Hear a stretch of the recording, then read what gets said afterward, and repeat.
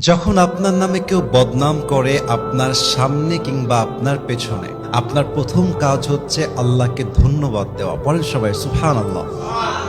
কি সুন্দর কথা আল্লাহ তাআলা বলছেন, খুব খেয়াল করবেন। আল্লাহ বলছেন, সবর ধারণ করো তাদের কথার ব্যাপারে যারা তোমার ব্যাপারে বদনাম করে। এর কারণ আমি আল্লাহ জানি তারা যা বলছে সত্য নয়, বরং তুমি হচ্ছ আসল সত্যবাদী। তুমি সেই অন্যায়টা করো নাই। এবং মাথায় রাখবা, যখন তোমার নামে কেউ বদনাম করে তোমার লাভ হচ্ছে দুইটা। এক, তোমার সমস্ত গুনাহ তাদের আমলনামায় চলে যাবে এবং তাদের সমস্ত সওয়াব তোমার আমলনামায় চলে আসবে। সুবহানাল্লাহ।